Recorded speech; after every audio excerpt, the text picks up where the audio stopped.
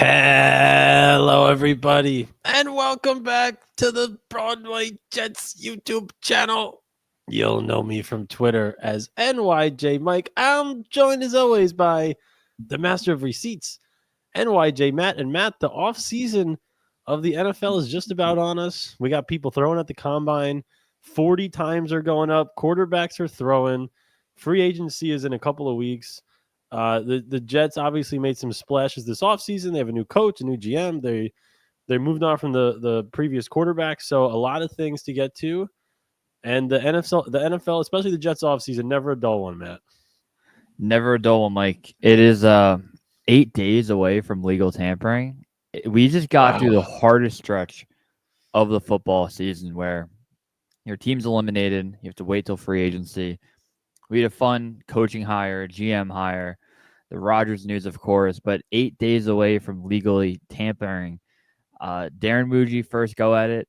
I'm ready to go, Mike. I'm going to give you a handful of options, and if you're a listener, we're going to go through different scenarios of where the Jets could go in the draft at quarterback and see what you prefer. I think there's a lot of different ways the Jets can go, and they're at an impasse for the first time in 2 years. Really, you don't know where they're going to go with it. It's a pretty fun time. It's very exciting. Again, if you're listening, subscribe, hit that button. We're on the road to what are we on the road to? 2,500? 2,500, I think. Yeah. 2,050. We're on the road, so hop on. Subscribe. Season's gonna ramp back up the off season, and there's gonna be more news, and we're gonna be here. Matt, this kind of season, I have an analogy. Talk to me. You're growing up. You go to elementary school, then you go to middle school, you go to high school. A lot of people go to college, and you can kind of picture what those steps are going to be like. You kind of know what's going to happen in, hey, I'm going to take these classes in high school. In college, it's kind of going to be like this. When you're done with college, you don't really know what's going to happen. And that is what the last couple of years felt like for the Jets. You knew at some point the Rodgers era was going to end, and you couldn't really picture what it was going to be like after. And here we are. This is what we're in. Yeah, we're right in the thick of it. And we're going to find out soon because there's the veterans that are going to be available in free agency. You can go after a Sam Darnold if Kirk Cousins is released, Justin Fields, a lot of different names. And of course, that number 7 pick in the draft. We've heard a lot about moving up, moving back, staying put. So, Mike, I want to give you the first, call it option A. I do want to preface one thing. Yeah. Because we've been outspoken. We have a clear position of what happened. I don't want to keep harping on it because it's over and the Jets didn't do what we wanted. I will preface the video, and I'm not going to talk about it the whole time. I'm still so annoyed at what the Jets did. I am so frustrated. And again, it's just part of being a fan. The team doesn't always do what you want. The team has done a lot of things that I've wanted throughout my life as a Jet fan, and it clearly hasn't really worked. So what the hell do I know? I am upset that we're going to go through a lot of scenarios, and if Aaron Rodgers was a free agent and had not played here the last couple of years, I would be banging my fist on the table to get Aaron Rodgers and Devontae Adams to come here.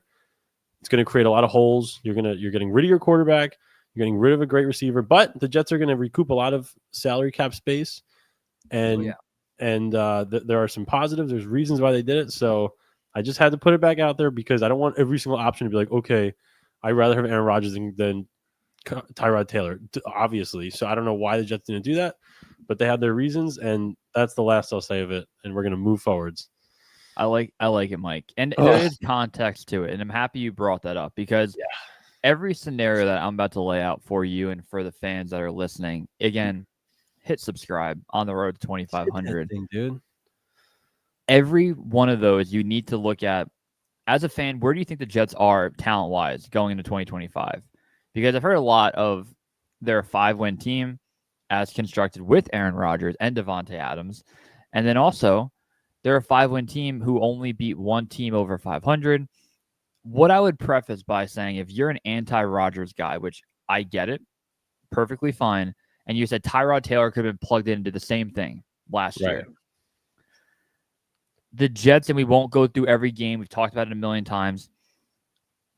They probably should have had 2 more wins. Realistically, they probably should have had 2 more wins last year. If you said 7 of the games that they lost in horrific fashion, say 2 went their way, then you're at 7 wins. And if this is a 7 to 8 win football team, if your scenario is, hey, throw Tyrod out there, we'll tank for Arch Manning, I think this team is a little too talented. That's going to get you a top 5 pick. And maybe I'm dead wrong, but no, of course. Well, yeah, that would be our argument. And again, like that argument against me, where with the Rodgers stuff is partially that where I think the Jets are a good team.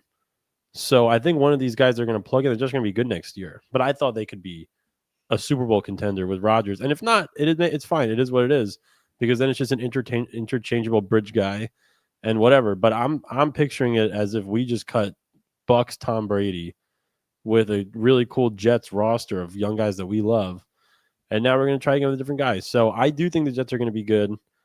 And I think they have a chance to be competitive next year to that point. I think they can be competitive, and we'll find out. Obviously, you go with where your quarterback and your head coach go. The head coach is an unknown at this, as of March 2nd. But I do think of the path of, hey, put out Tyrod Taylor or tank and have a bad year.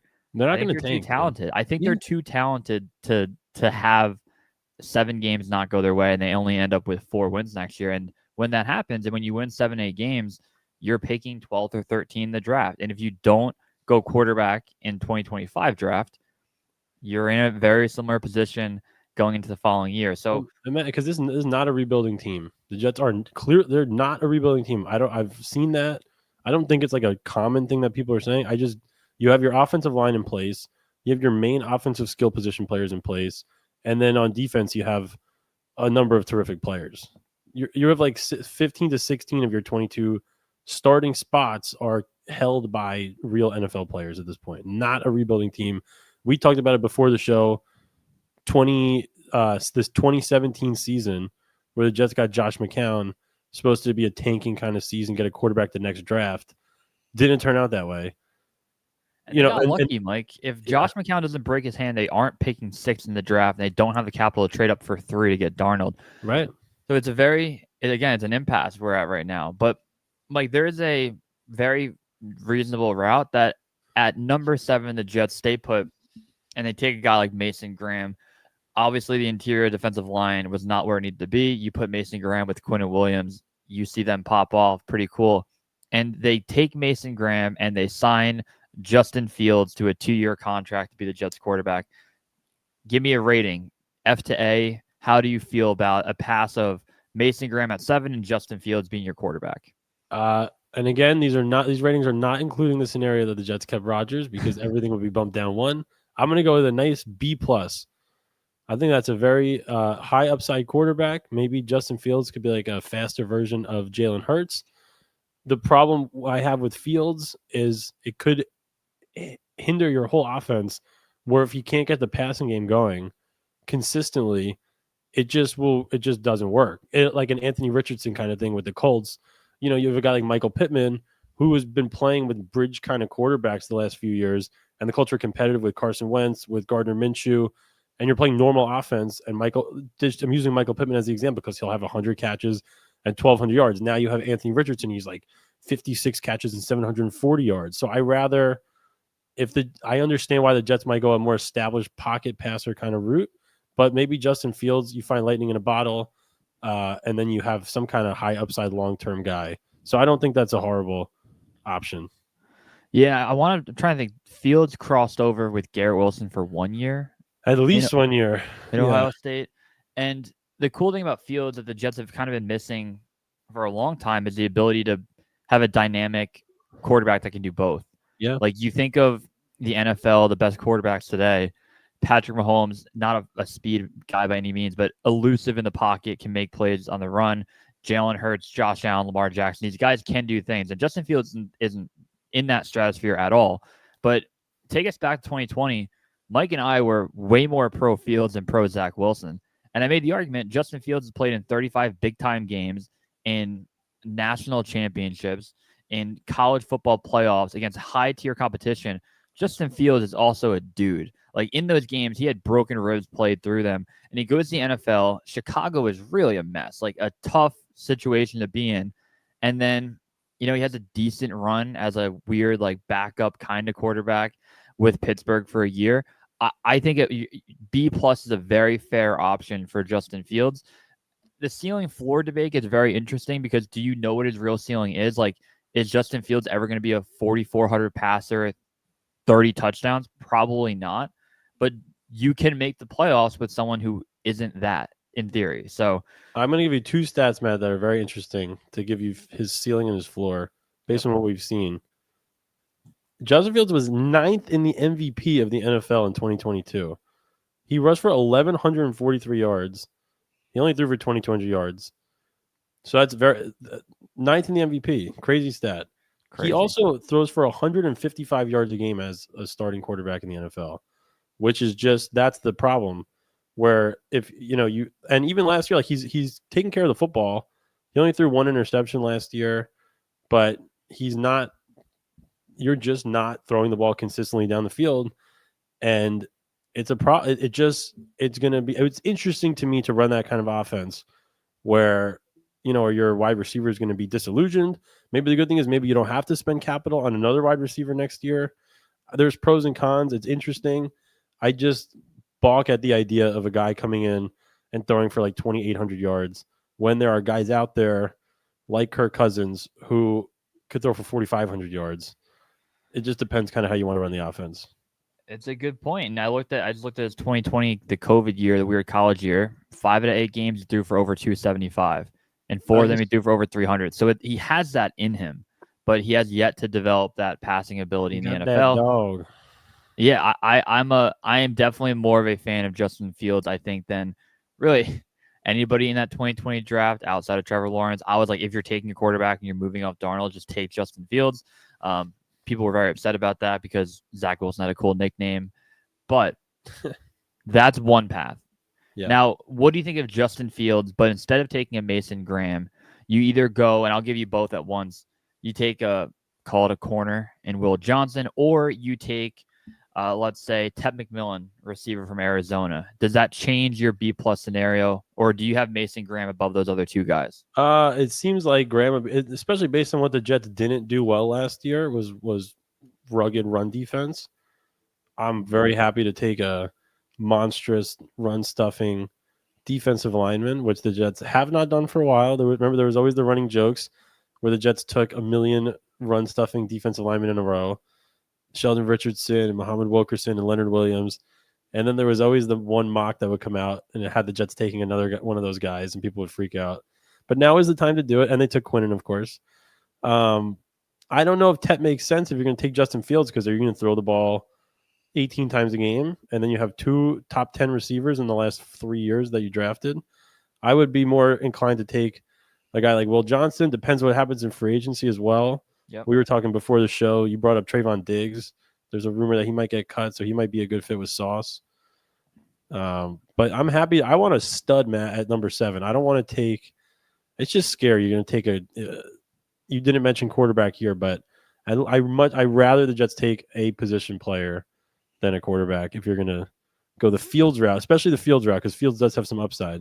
Yep. That's a good point. Now, talking about getting an elite and special player, I've been thinking of a mock type scenario in my head where the first 4 picks will go Cam Ward at 1, Abdul Carter at 2, Shedeur Sanders at 3 to New York, and then the 4th pick, the Patriots going Will Campbell and saying, I'm going to help our young quarterback. I'm going to take an offensive lineman. Yeah. In that scenario, the Jets are 3 picks away from Travis Hunter. I don't think Travis Hunter goes past Jacksonville because they actually need corner help and receiver help. But say Jacksonville doesn't have that love for him and Jacksonville goes Javon Walker or they go somebody else in the draft. The Raiders, again, a team that probably could use both, and you take Travis Hunter.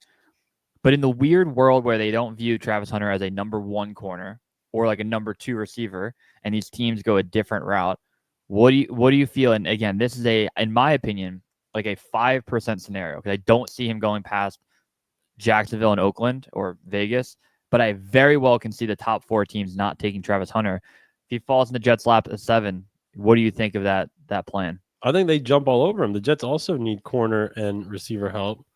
I don't. I, again, we have no sources. I just doesn't feel like DJ Reed's going to come back. Yep.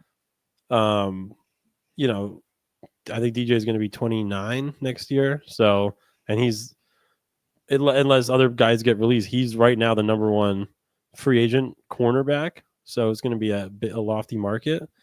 That would be exciting. And listen, you have Garrett Wilson, so you don't need Travis Hunter to be any kind of number one, which on offense, which doesn't seem like he will be able to do both as frequently in the NFL level. So you figure he'd probably be a full-time corner and then part-time receiver.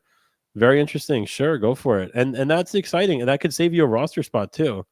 You know, the argument is if he gets hurt, you lose two guys, but you also save a spot. So you could just have, which is super valuable in the NFL. So I would be happy if the Jets did that as well. Why not? Yeah. All right. Well, here's another scenario that I think I want to put it on record because I think, again, this might be a 5 to 1% chance of happening, but yeah, I'm curious about it. Tennessee's there at 1, and they're saying there, they go, we don't like Cam Morton, we don't like Shedeur Sanders. We don't think that they're franchise quarterbacks, meaning that they could easily take Abdul Carter and move on. But if you're a new GM and you're now a second-year head coach in Callahan where you're not, uninspiring year one, if the Jets call and say, we'll give you Aaron Rodgers, Devontae Adams, the 7th overall pick, and a future one. And that future one will be on a team with a rookie quarterback where you're assuming it could very well be a top 12 pick. Does Tennessee take that and say, you're going to give us the 7th overall pick, a 1, a stopgap quarterback in Rodgers and Devontae Adams? Both obviously I think would want to play in Tennessee because Rodgers loves it down there. Devontae will move with Rodgers. Do the Jets trade up for 1 and take Cam Ward in that scenario? And if you take Rodgers and Adams out of it and say it's like another 1 and like a second-round pick, what would your thoughts be about moving all the way up to 1 and taking Cam Ward? It's a lot. I tend to like Cam Ward. I have a coworker who's a big Miami fan, so I watched a lot of Miami this year. He's very cool. I don't know. Again, the quarterbacks are such a crapshoot in the draft, and people don't talk about this enough. It is just a complete absolute crapshoot. Nobody knows anything. It's like the stock market. If you knew anything definitively, you'd be a trillionaire. If you knew anything, every team, there are 9 teams passed on Patrick Mahomes. Tom Brady goes in the 6th round.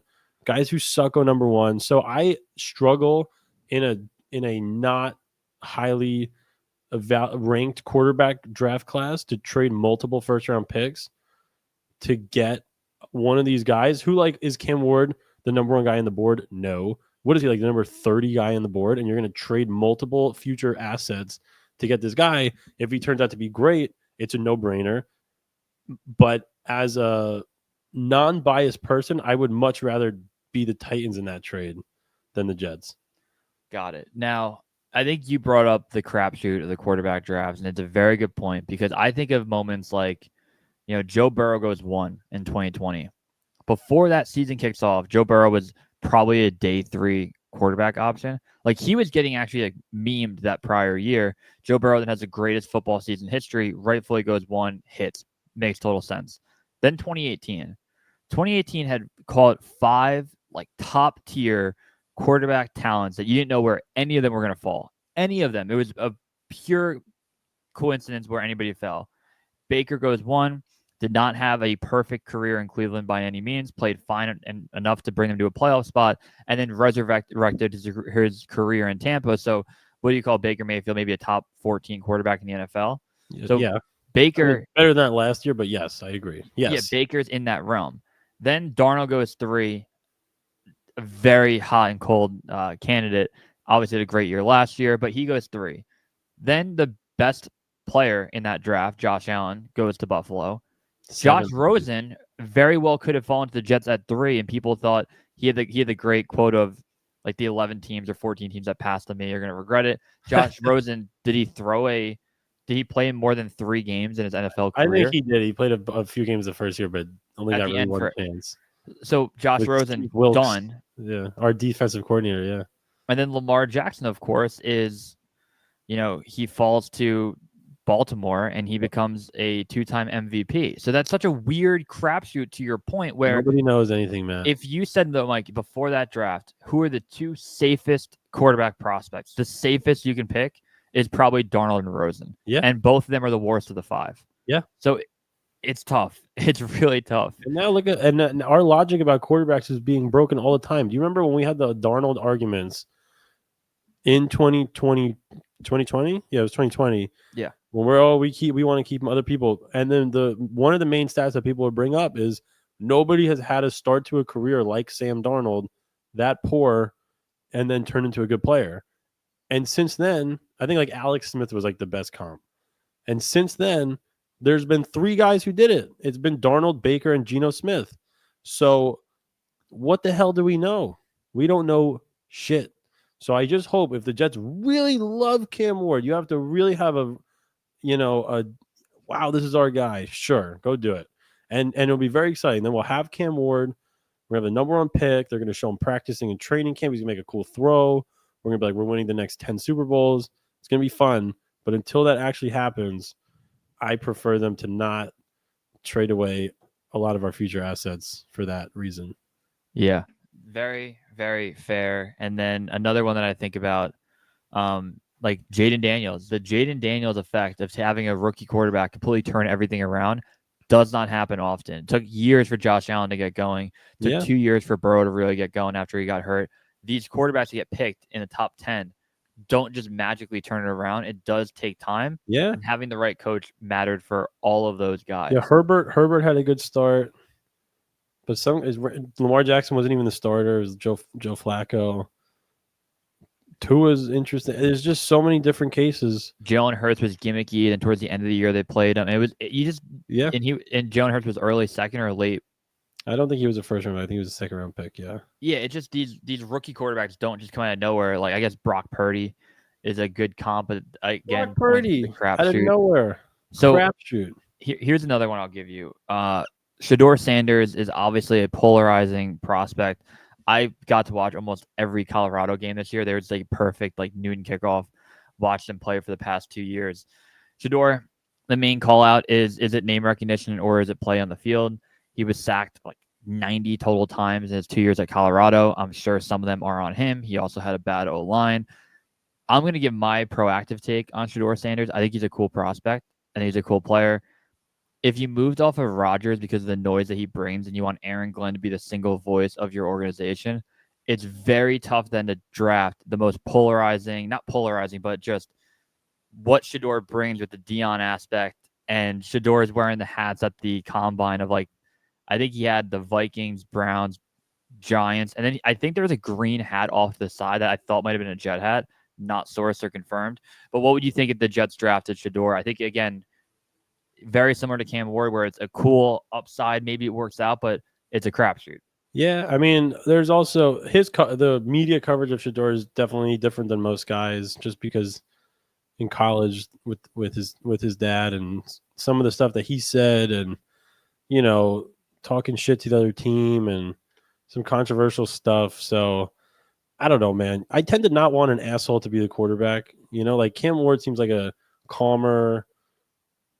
I don't know. I don't know. I don't know the guy personally, so it's hard to say. It's just he seems like polarizing is kind of the right word. Like, is he going to piss people off and be brash? And maybe that's good in New York. Maybe you need that confidence. So he's definitely confident, Mike. And the other thing too, I personally feel like there's not enough evidence that Shedeur is like a cocky asshole versus like the media really hyping up the Shedeur love. So, and the other cool thing about Shedeur is when he got to the podium at the combine, he was like, if you want someone to come turn everything around, like I want to be the guy to do it.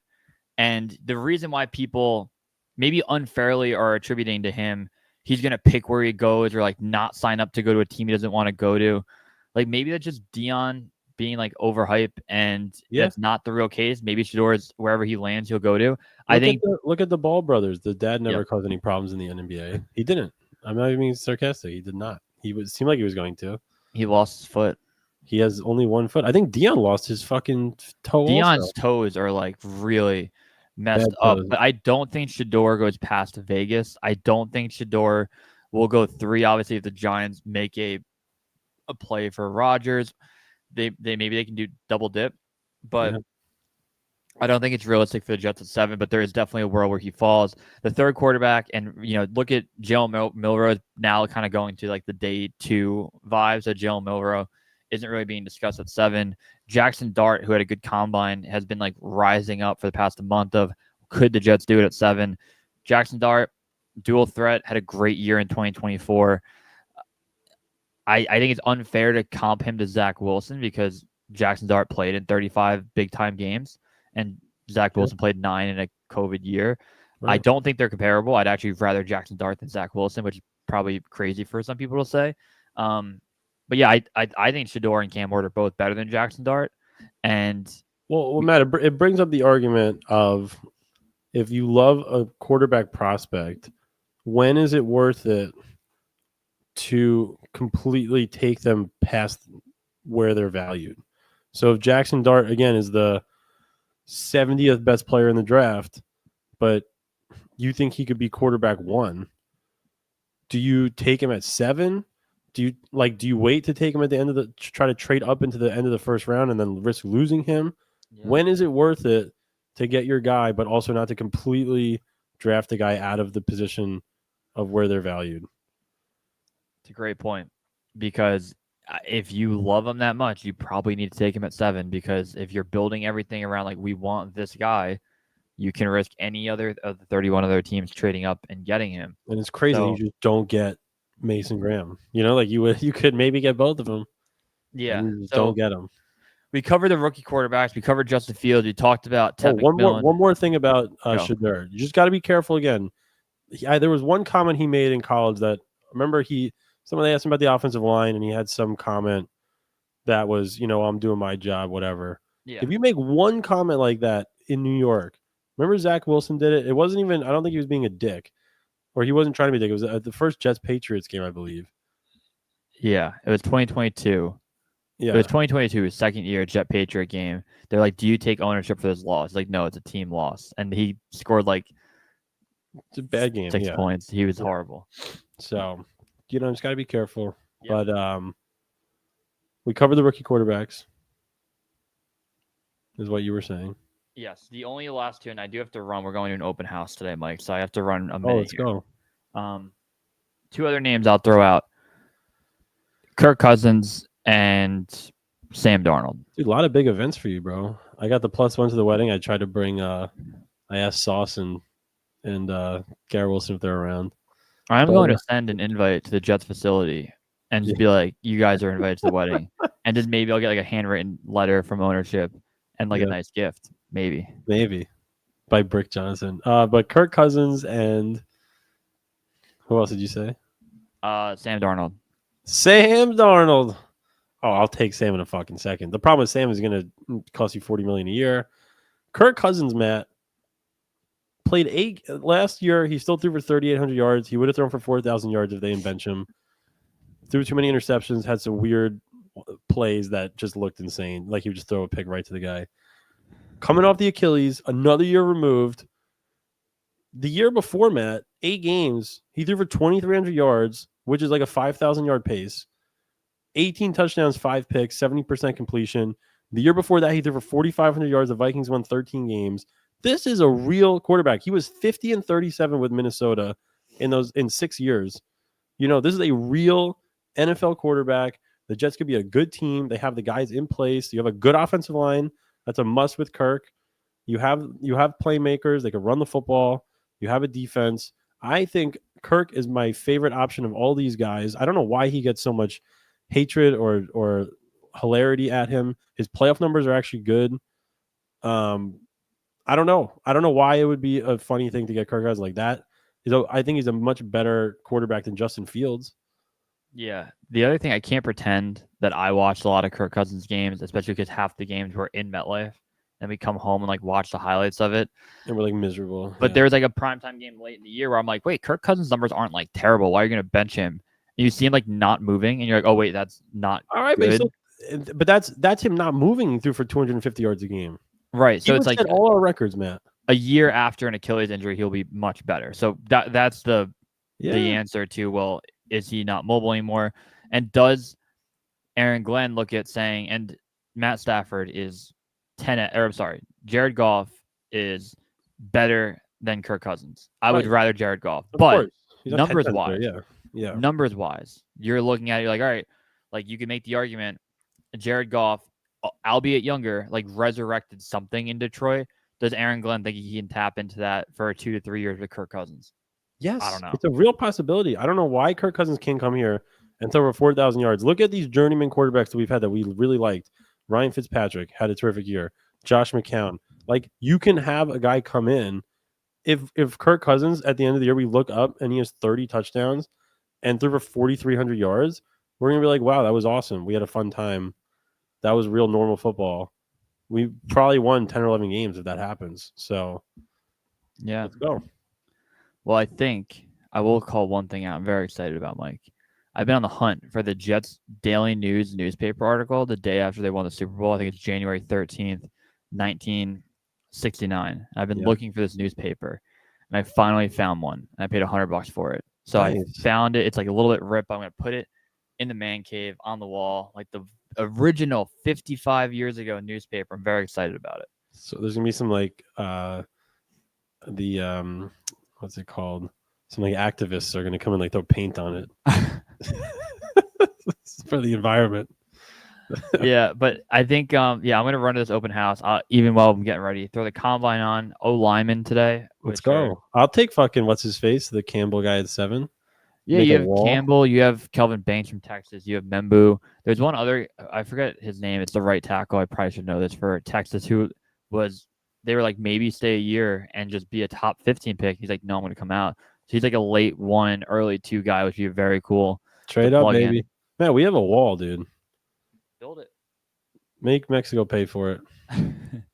What else do we got? I think we're good to wrap up. Mike, it is always a pleasure. We got to do a couple more a week. We're gonna get hot. The season. Listen, things are kicking off. I needed a break after my devastating news of Rodgers, but we're gonna move forwards and get back to our optimistic ways. Maybe that'll be a fun season. I can't wait for the first day of free agency. I love like the Joe Thuney would get tagged every year. That was like the big. And then there's going to be this year like 1201 hits. It's like Darren Moody's asleep at the fucking wheel. This is ridiculous. And then the 3 guys that we all talk about, like we want. I feel like there aren't those guys this year in free agency. I don't know why. I feel like it's still like quarterback heavy. That there's always that guy like Robert Hunt, the guard from Miami last year. Like we need him 5 for 100, and he goes like a minute into free agency. Yeah. Like, wait. But what's our backup plan? George Fant, bring him back. He's got to be somewhere. That was the best year ever. We thought we were gonna get everybody, and then it was like late that night. We got George Fant. We're like, well, maybe he can be great. He was. I was thinking about Carl Lawson today while I was driving to go pick up bagels. Like we were so hyped about Carl Lawson. See, they got unlucky with the Achilles, the HLS. That was at Green Bay. Wasn't that a joint practice at Green Bay? He tore his Achilles. I believe so, dude. I was watching. There was someone tweeted out who's the worst quarterback to ever start a game for your team. So I tweeted out a Luke Falk low light. By far. By far. Honestly, it's like him. Bryce Petty's better than him. Tim Boyle is right there. But yeah, Luke Falk. And it was Jets Eagles. And I was trying to find this one play, so I'm watching a lot of the game. And Le'Veon Bell just moving around, doing some stuff. Well, Luke Falk played. So week 2 against the Browns. Trevor Siemian broke his leg. Immediately. He got murdered on Monday And then Luke Falk played the rest of that game, the Patriot game, and then the Eagle game. Yes. So he played a majority of 3 games. And my quote was they never had a chance to win any of those games for 1 second. They got destroyed. I have a question. Did he, and maybe I'll go through it. Did he throw a touchdown pass? Because the Vincent Smith was an end around. And then in the Patriot game, Jamal Adams had a pick 6. Yes, and I think they just scored another weird touchdown in that game, like a block punt. It was like 30-0. The Jets were like plus 20. You know what I think it was? I think it was a punt returner like fielded at like the 3-yard line, like muffed it, and we like a random. I got to find a name. Punt. Yeah. Let's find it. Who could that have been? It's not Darryl Roberts. It's someone way worse. I literally the name is on the tip of my tongue. was this Yeah, it was 29? 30-14, so it looks like a normal loss. But it was 30-0. I'm pretty sure, or maybe 23-0, and they scored. But here it I have is. to find this out. Oh, Luke they just Falk had was 12 for 105 yards of 22. offense. Oh my God, Luke Falk was 12 for 22 with 98 yards in the pick. Le'Veon Bell had 18 carries for 35 yards. Oh, it's one of his better games. Our highest Probably. receiver is Braxton Berrios with 2 for 29. Oh, it was. It was Arthur Millette recovered the fumble off Arthur the. Millette, that's But it. it was not it was a punt. And then then Jamal had the pick six. That was when Belichick took Brady out of the game, and then Jarrett Stidham threw the pick six, and then he put Brady back in the game. I love it. Oh my god! All right, and Mike. then the Eagles game that was 30-6. Yeah, that was disgusting, dude. We are at Xfinity Live.